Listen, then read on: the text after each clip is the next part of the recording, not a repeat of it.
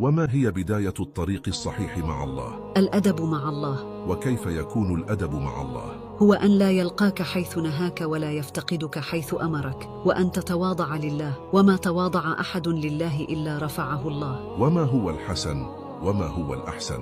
الحياء من الرجال حسن، ومن النساء أحسن، والعدل من كل إنسان حسن، ومن القضاة أحسن، والتوبة من الشيخ حسن، ومن الشاب أحسن، والجود من الأغنياء حسن، ومن الفقراء أحسن. ومن هو الذي يبات على رأسه ملك؟ هو من قرأ آية الكرسي قبل نومه بات على رأسه ملك. وقال رسول الله صلى الله عليه وسلم أن من قرأها عند النوم لا يزال عليه من الله حافظ، ولا يقربه شيطان حتى يصبح. ومن هو الذي يصلح بين المتخاصمين يوم القيامة؟ الذي يصلح بين المتخاصمين يوم القيامة هو الله جل جلاله. وثلاث لا يستحيا منهم، فما هم؟ خدمة الرجل